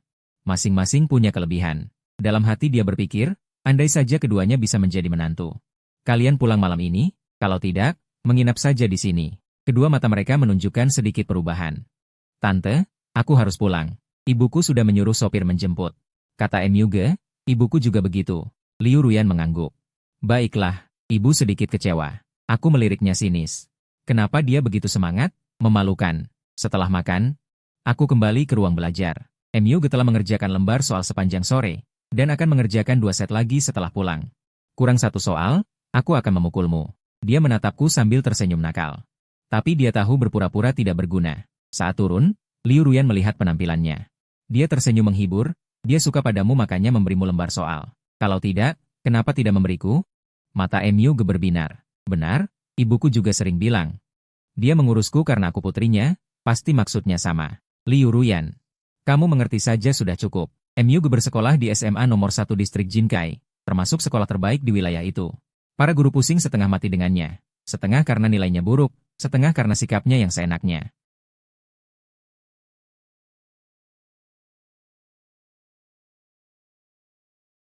Bahkan lulus saja sulit. Ibu Mu Ge, kamu harus khawatir. Daftarkan dia ke beberapa bimbingan belajar untuk memperbaiki nilainya. Terserah. Mu Ge melambaikan tangan, jelas tidak ingin bicara lebih banyak. Mu Ge, kita akan masuk dunia hiburan nanti. Nilai bagus atau jelek tidak masalah. Wali kelas menghela napas pasrah. Ibunya sendiri tidak khawatir, apalagi yang bisa dilakukan guru di dalam kelas. Ujian bulanan baru saja selesai. Teman-teman sekelas sedang berkumpul untuk mencocokkan jawaban. Biasanya pada saat seperti ini, Mu Ge selalu bermain ponsel, tapi hari ini dia malah mendekat. Soal terakhir seharusnya jawabannya 3, kan? Mana mungkin 3? Seseorang mencibir. Mu Ge terkenal bodoh dalam pelajaran. Nilai matematika ujian akhir hanya 8. Dengan level seperti itu membahas soal besar, tidak ada yang menganggap serius. Pasti 2,75. Hitunganku 1,2. Mereka sedang berdiskusi. Wali kelas masuk. Matanya memandang Mu Ge dengan tatapan rumit. Mu Ge, kamu ke depan, jelaskan soal besar terakhir kepada semua orang. Dia dengan tenang naik ke podium. Mengambil kapur dan berbicara dengan lancar. Matematika SMA tidak sulit, kuncinya ada pada cara berpikir dalam menyelesaikan soal. Meskipun aku bukan guru terkenal, tapi aku punya banyak pengalaman dalam matematika. Aku memberinya semua metode dengan sepenuh hati. Dia tidak bodoh, hanya dasarnya lemah. Begitu dia mulai paham. Kemajuannya cepat. Kali ini ujian bulanan, nilainya benar-benar melonjak drastis. Bagus sekali. Lanjutkan. Wali kelas mengangguk. Menyuruhnya kembali ke tempat duduk, lalu mengetuk papan tulis. Soal ini, cara Mu Ge memecahkannya tidak salah. Semua lihat, jika ada yang tidak paham tanya nanti. Selanjutnya, Ada sesuatu yang mau disampaikan. Ujian bulanan ini, MUG membuat kemajuan besar. Nilai kompositnya dari yang paling bawah di seluruh angkatan. Melonjak ke peringkat 67, peringkat 9 di kelas. Beri tepuk tangan. Teman-teman sekelas menoleh melihatnya. Dia mengangkat dagu, seperti angsa yang sombong. Sudah kubilang sejak awal, aku hanya tidak suka belajar. Dengan sedikit usaha, nilai langsung melonjak. Jangan sombong, potong wali kelas. Beberapa soal matematikamu seharusnya tidak kehilangan nilai. Semua karena ceroboh. Pertahankan semangat ini. Nanti masuk universitas bagus. Bu Guru, aku ingin mendaftar Zichuin. Zichuin adalah universitas terkenal. Wali kelas berhenti sejenak. Tidak mudah masuk. Kalau nilainya rendah, bayar pun sia-sia. Kamu masih punya waktu untuk berusaha. Semua harus belajar dari MUG. Dari contoh buruk menjadi contoh baik, perasaan ini membuatnya melayang. Sabtu pagi, dia membawa semua lembar ujian, berlari dengan semangat ke rumahku. Aku baru selesai lari dan mandi. Saat membuka pintu, dia sudah berdiri di sana dengan wajah merah muda. Kenapa hari ini begitu pagi? Aku bertanya dengan heran. Dia menatap rambutku yang sedikit basah dan piyama pendekku. Dia menelan ludah, lalu sadar dan mengangkat dokumen sambil tersenyum cerah. Nilai ujian bulananku keluar. Kami masuk ruang belajar, aku mengeluarkan kertas ujian. Melihat harapan di matanya, aku tersenyum dan berkata, kali ini nilainya lumayan. Hehe, apa ada hadiah? Dia memiringkan kepala. Nadanya lembut. Hadiah? Aku mengangkat alis. Apa yang kamu mau? Lelaki dan perempuan sendirian di ruangan. Pandangannya melayang. Menatap wajahku dengan suara pelan. Bagaimana aku bisa mengatakannya? Kalau malu, ya sudah. Aku cemberut. PR yang kemarin suruh kamu kerjakan. Sudah selesai? Tidak mau? Dia memanjangkan nada. Merengek dengan cara yang manja, menggoyang lenganku. Kalau kamu tidak bilang, bagaimana aku tahu? Dia menunduk, melirikku dengan malu. Apa aku boleh minta apa saja? Tergantung situasi, asal tidak keterlaluan. Kalau begitu, peluk. Belum selesai bicara, dia sudah melompat ke arahku. Dia menggesekkan pipinya ke pipiku. Aku kaget, tapi tidak mendorongnya. Dia semakin berani, diam-diam menciumku. Sudah cukup, kan? Ayo cepat belajar. Hehe. Dia seperti anak kecil yang mencuri permen, dengan gembira membuka kertas ujian. Aku mulai menjelaskan satu persatu soal. Jika ada pengingat tapi tetap salah, dia harus menerima pukulan di telapak tangan. Bisa tidak pukul telapak tangan? KKMU, dia memandangku dengan raut memelas, matanya berkaca-kaca. Sakit. Kalau tidak sakit, apa aku bercanda? Aku meliriknya, jari mengetuk meja. Kalau sakit saja tidak ingat. Dia menunduk, mengusap telapak tangan yang merah.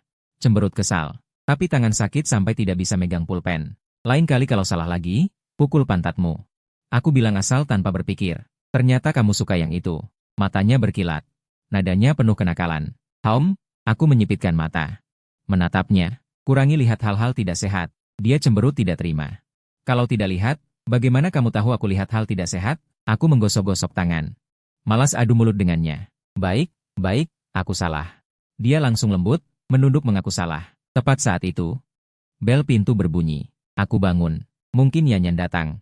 KKMU cemberut, bergumam dalam hati, dia datang sepagi ini buat apa? Saat membuka pintu, ternyata Liu Ruyan memang berdiri di sana, membawa sekantong kacang-kacangan. Dia yang memakai mantel menggosok-gosok tangan. Hari ini lebih dingin dari musim dingin. Iya. Saat lari pagi, anginnya menusuk tulang. Aku menerima kantong dari tangannya, meletakkannya di rak sepatu. Sambil membantu menggantung mantelnya di gantungan, dia tersenyum dan mengangguk padaku. Aku menoleh dan melihat KKMU berjalan pelan. Dari ruang belajar sambil melenggang. Kakak Yanyan. Dia memanggil dengan nada panjang. Hei, mumu hari ini sepagi ini? Liu Ruyan terkejut, mengangkat alis. Aku menyambung sambil tersenyum, dia sejak pagi sudah lari ke sini. Pamer nilai ujian bulanan. Oh ya, nilainya bagaimana? Dari peringkat 40 naik ke 9. KKMU menegakkan punggung, nada penuh kebanggaan. Hebat. Liu Ruyan memuji, lalu bertanya padaku, kelas kalian berapa orang? 42. Aku menjawab asal. Masih ada yang lebih jelek darinya.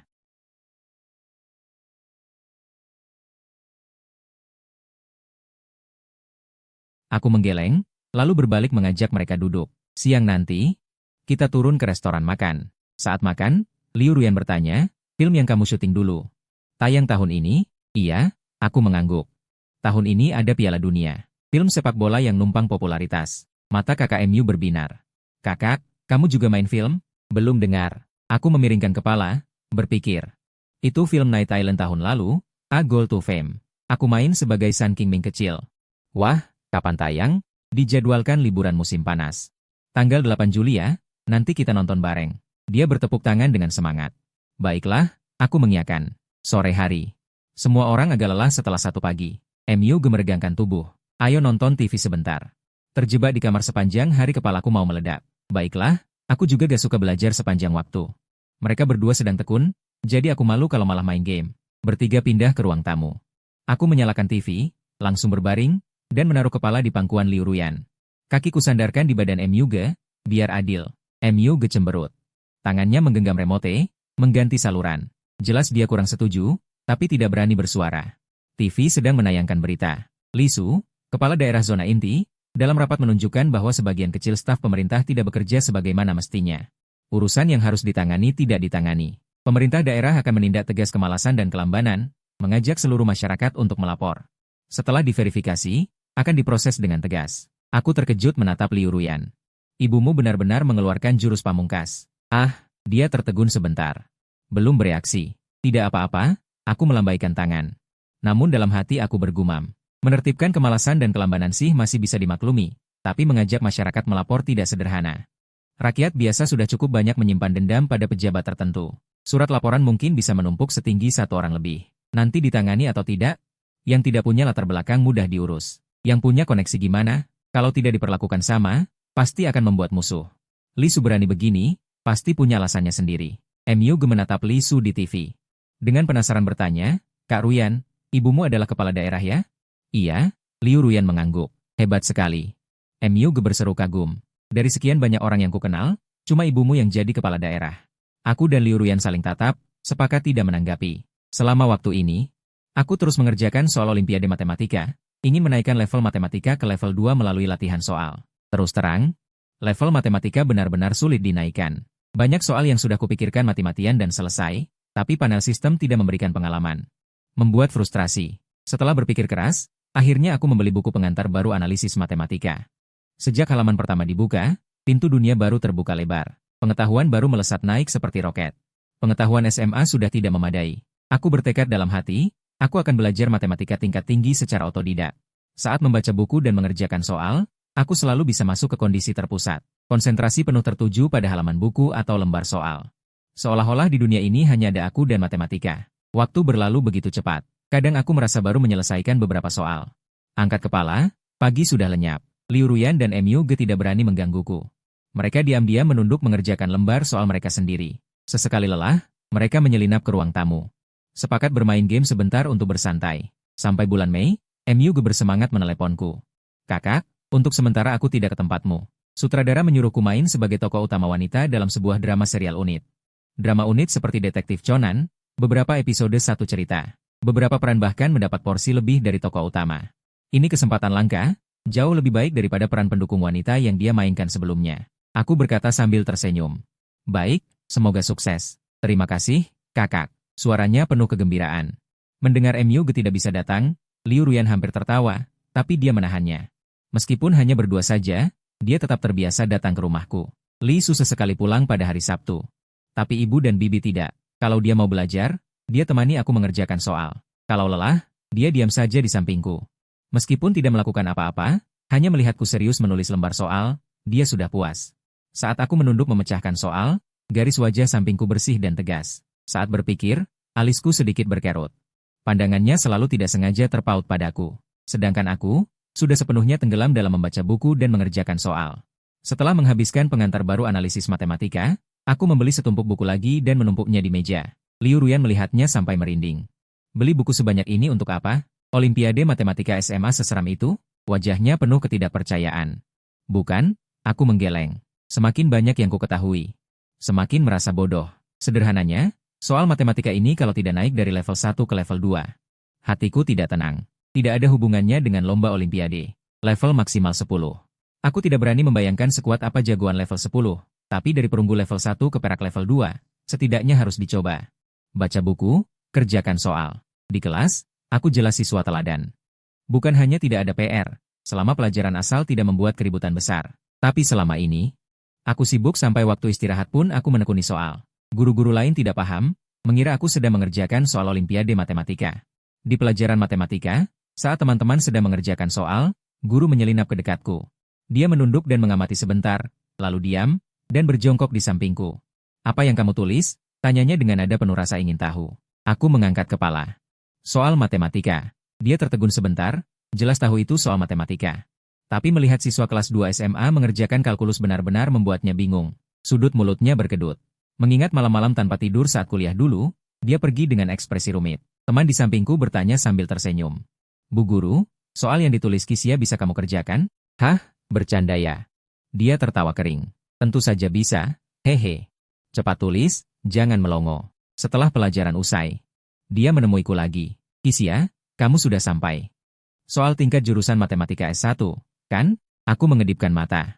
Ada apa? Bu guru, tidak apa-apa. Dia berhenti sejenak. Ujian akhir-akhir Juni, tanggal 2 Juli babak penyisihan Olimpiade Matematika, skor penuh 100. 80 poin masuk final. Dengan levelmu sekarang, dia melirik soal di mejaku. Di atas 90 seharusnya tidak masalah. Final tanggal 7 Juli, biaya pendaftaran ditanggung sekolah. Kamu tinggal ikut tes saja. Di mana? Belum ditentukan lokasinya. Kemungkinan di SMA Negeri 1 Provinsi. SMA Negeri 1 Provinsi, gumamku. SMA Negeri 1 Provinsi ada di ibu kota provinsi. Kan memang ibu kota provinsi. Sekolah ini di provinsi. Juga termasuk yang terbaik. Aku mengangguk. Baik, saya tahu. Aku akan dapat juara 1. Hahaha, jangan terlalu memberi tekanan pada dirimu. Guru matematika itu tersenyum sambil menepuk lenganku. Kalau bisa dapat juara 1. Guru sudah senang. Tenang saja, Bu Guru. Aku menunjukkan senyum percaya diri. Juara 1? Bercanda. Juara 1 saja tidak cukup untuk membalas kerja kerasku selama ini. Aku mau nilai sempurna. Kembali ke kelas, aku tenggelam lagi dalam tumpukan soal. Suara gesekan ujung pena di kertas terdengar. Keramaian obrolan saat istirahat. Perlahan meredup. Banyak orang diam-diam membuka buku dan mulai membaca. Terlalu kompetitif. Dewa tertinggi di kelas sudah mulai rajin, para manusia biasa ini masih bisa diam saja. Ketua kelas matematika, melihat ekspresi panik di sekitar, berpikir betapa sulitnya matematika.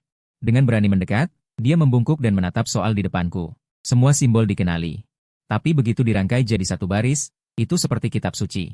Dengan gemetar dia mendorong kacamatanya. Dewa pelajaran. Soal apa ini? Soal matematika. Aku tahu. Tapi bagaimana cara mengerjakannya? Suaranya lirih, pandangannya kosong. Soal pertama cari solusi umum persamaan diferensial. Sangat mudah, kerjakan sesuai rumus. Soal kedua cari persamaan garis lurus paralel melalui koordinat ruang. Juga mudah. Aku menjelaskan seenaknya. Jiwanya seperti melayang, dia berjalan kembali ke kursi seperti mayat hidup. Dari kejauhan masih terdengar suaraku. Soal keempat cari integral kurva. Juga sangat mudah. Dia duduk dengan keras, wajahnya kosong. Teman sebangkunya meliriknya dengan iba. Kenapa kau mengganggunya? Dia menoleh. Entah kapan matanya basah. Kupikir nilai sempurna ujian bulan lalu sama sepertinya, berarti tidak ada jarak di matematika. Teman sebangkunya terkekeh. Dia dapat nilai penuh karena soalnya cuma 150, kamu dapat penuh karena kemampuanmu cuma 150. Dia menangis histeris, suaranya menggema di kelas. 28 Juni, ujian akhir. Aku membawa tumpukan soal masuk ke ruang ujian. 30 menit selesai menulis lembar jawaban, lalu duduk lagi mengerjakan soal sendiri. Guru pengawas dari kelas lain, meski sudah mendengar rumor tentangku, tetap tertegun melihat gayaku. Tapi tidak ada yang menggangguku. 2 hari ujian berlalu begitu saja. 2 hari pertama liburan, aku tetap di rumah mengerjakan soal. Liu Ruyan memasang earphone, memegang tablet, meringkuk di sampingku, menemaniku diam-diam. 30 Juni jam 3 sore. Setelah memeras otak menyelesaikan satu soal rumit yang besar, tiba-tiba aku tertegun. Sekelompok baris muncul di benakku, matematika naik level kedua. Area otak si 2. Rasa dingin menjalar dari tulang belakang ke otak. Aku bersandar di sofa, merasakan perubahan ini dengan saksama. Liu Ruyan melihat ekspresiku tidak benar, mengira aku sakit kepala, buru-buru meletakkan tablet dan memijat pelipisku. Aku meraih tangannya, menatap matanya yang penuh perhatian, tidak menulis lagi. Ayo, pergi bermain. Shen Youchu juga libur. Aku memanggilnya, bertiga jalan-jalan, bersenang-senang sepanjang sore di pusat permainan video. Lalu pergi ke mall membeli TV besar, bisa menonton film dan main game, sekalian mengambil sebuah PF. Apakah perlu dibungkus? Tanya penjual sambil membawa tas. Tidak, sudah dibungkus.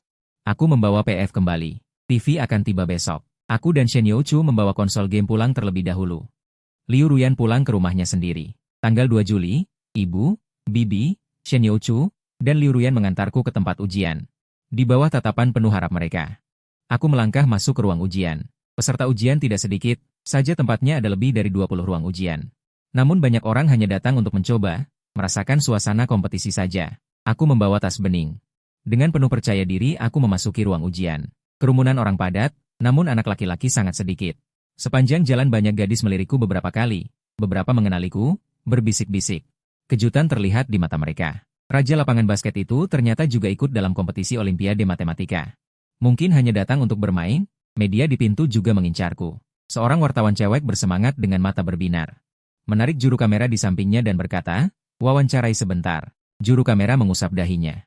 Hanya satu berita singkat, tidak perlu mewawancarai peserta ujian, kan? Wawancara.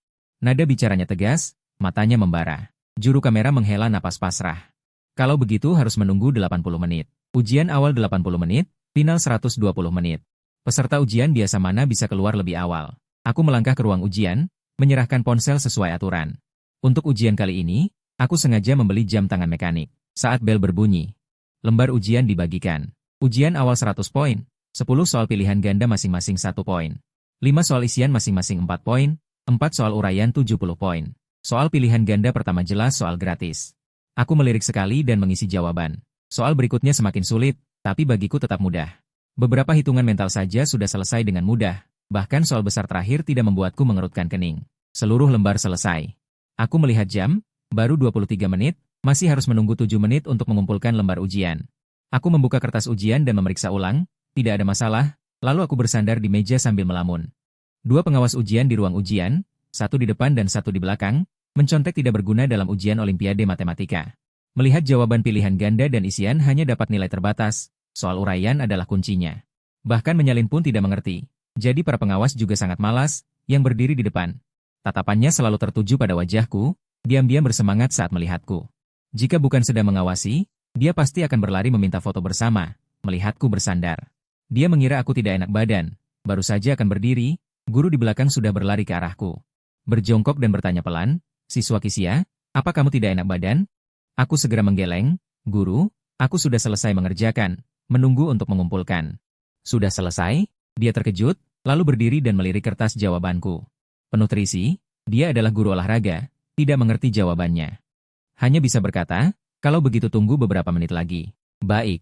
Aku patuh mengangguk, menahan beberapa menit yang panjang, begitu 30 menit tiba. Aku angkat tangan mengumpulkan lembar ujian, guru menstempel kertas dan meletakkannya di meja, aku mengambil ponselku dan keluar kelas. Saat turun, ada juga banyak orang di kampus yang mengumpulkan lebih awal. Seorang siswi keluar bersamaku. Melihatku, dia langsung menyapa, "Siswa, kamu juga kumpul lebih awal?" Aku mengangguk, Olimpiade Matematika ini terlalu sulit, seperti kitab suci. Aku bilang aku tidak mau datang, ibuku memaksaku. "Kamu berhasil mengerjakan berapa soal?" "Semua selesai." "Hah, kamu lucu." Dia tertawa, aku diam, dia berhenti sejenak lalu bertanya dengan ragu. "Siswa, bisa tambah WeChat, tidak bawa ponsel."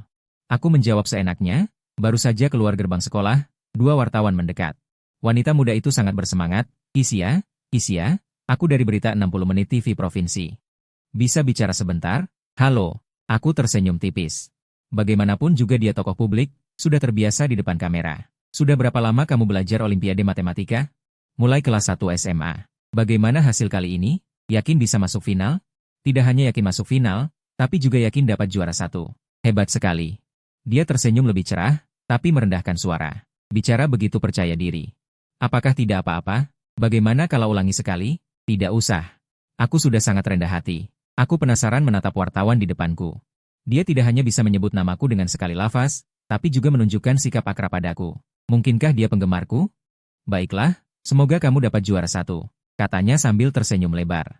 Menoleh ke arah kamera memberi isyarat bahwa syuting sudah selesai, lalu dari dalam tas mengeluarkan sebuah buku kecil. Menyerahkan pena kepadaku sambil berkata, "Aku adalah penggemarmu. Bisakah kamu memberiku tanda tangan?" Aku menerima kertas dan pena, dalam hati bersyukur karena pernah berlatih menulis. Kalau tidak, saat ini pasti akan malu. Sambil menulis, aku bertanya, "Kamu penggemar jenis apa dariku? Penggemar wajah atau penggemar bola?" "Semua suka." Dia menyipitkan mata sambil tertanya, "Oh iya, kamu mau bergabung dengan klub penggemar?" Sesekali muncul saja sudah cukup. Ternyata aku punya grup penggemar. Memikirkan itu, hatiku sedikit berdebar. Aku mengangguk. "Boleh juga. Kalau begitu aku akan menambahkan Kiki MU ya." "Baik," suaranya ringan. Tapi aku tidak menyadari. Saat dia mengucapkan, "baik" itu, suaranya sedikit bergetar. Mengambil ponsel untuk membuka kunci, Tanganku gemetar hingga tidak bisa menekan kata sandi dengan benar. Semakin aku menyadari betapa memalukannya penampilanku ini, semakin aku gugup. Tidak jauh dari sana, Ibu Qiu dan Bibi Xia Shuyue berjalan ke arahku. Aku tersenyum dan melambaikan tangan, memberi isyarat agar mereka menunggu sebentar. Lu Ziling akhirnya menambahkanku, aku menghela napas lega. Berita ini sudah terbit. Aku akan mengirimkan tautannya padamu. Tidak masalah. Aku menggelengkan kepala. Nanti masukkan aku ke grup penggemar saja. Oke. Dia mengangguk-angguk, berhenti sejenak lalu menambahkan, namaku Lu Ziling. Apapun bisa hubungi aku, mengerti. Aku melambai padanya. Berbalik kembali ke sisi ibu mereka, Qiu penasaran mendekat. Apa yang dibicarakan wartawan itu denganmu? Lama sekali belum selesai. Penggemarku minta tanda tangan, jawabku santai. Keren, kualitas penggemar setinggi itu, dia bercanda. Hei, lihat saja siapa aku mengangkat alis. Semua tertawa riuh. Kemudian kami mencari restoran untuk merayakan kelancaran ujianku. Setelah makan malam pulang, Qiu mengingatkan, sore nanti. Jangan lupa penerbangan besok sore untuk merekam acara. Satu tembakan menjadi terkenal, yang difilmkan liburan musim panas tahun lalu. Musim panas ini akan tayang, pas dengan pembukaan Piala Dunia 7 Juli, memanfaatkan momentum ini. Tidak berani bilang akan meledak, setidaknya bisa sedikit untung. Untuk promosi, produser dan sutradara menghubungi acara varietas populer saat ini. Sun Qingming sibuk mempersiapkan Piala Dunia. Tidak bisa ikut acara yang tayang pada jadwal ini, kecuali tim nasional Tiongkok juara. Kalau tidak, dia muncul pasti bakal dihujat. Karena dia tidak bisa, giliranku tampil. Rekaman sehari setengah, kelas perjalanan 2-3 hari, total 1 juta. Bagi 37, 300.000 untuk tim acara, 700.000 untuk produser. Pantasan artis suka ikut variety show, cepat dapat uang dan santai, lebih mudah daripada syuting film. Ya, ingat, aku mengangguk. Selain itu, ini masih harus lanjut syuting, Kaisar Han. Kaisar Qin, mendapat reputasi bagus, Kaisar Han, yang sempat tertunda juga dijadwalkan ulang. Kru film menghubungiku. Kali ini bukan main Kaisar, melainkan Jenderal Muda Huo Kubing. Di usia 18 tahun memimpin 800 kavaleri masuk ke padang pasir. 2 kali menaklukkan seluruh pasukan, diangkat sebagai markis juara, namanya tercatat dalam sejarah. Peran ini, baik di kehidupan sebelumnya maupun sekarang, harus memerankan Kaisar Wu. Begitu dengar aku langsung setuju. Untungnya porsi Huo Kubing tidak banyak. Liburan musim panas 1 musim bisa selesai syuting. Tentu saja, ini harus diurutkan setelah variety show. Saat syuting variety show, biarkan kakak ikut, usul Qiu. Baik, jawabku. Aku juga ingin ikut, Liu Ruyan menatapku dengan penuh harap, matanya berbinar. Kamu tidak pulang ke ibu kota selama liburan musim panas? Tanyaku. Tidak, dia menggelengkan kepala. Aku berpikir sebentar. Kalau begitu, aku melarangmu ikut denganku lagi. Acara varietas kali ini kamu juga tidak akan melihatku. Syuting sehari lalu kembali. Baik, dia mengangguk patuh. Setiap kali mengajukan permintaan. Selama aku bilang tidak, dia tidak akan berkata apapun lagi. Tapi semakin seperti itu, aku semakin sayang padanya, selalu tidak bisa menahan diri untuk mempertimbangkannya lebih. Malam itu, setelah aku selesai mandi dan berbaring di tempat tidur, ponselku berdering terus. Ternyata setelah Lu Zilin menambahiku. Pesan demi pesan. Lu Zilin, idola. Bolehkah aku memasukkanmu ke dalam grup sekarang? Idola, kamu di sana? Beruang kecil mengetuk pintu. Aku menjawab, baru saja mandi. Ayo masukkan. Baik, tidak lama kemudian.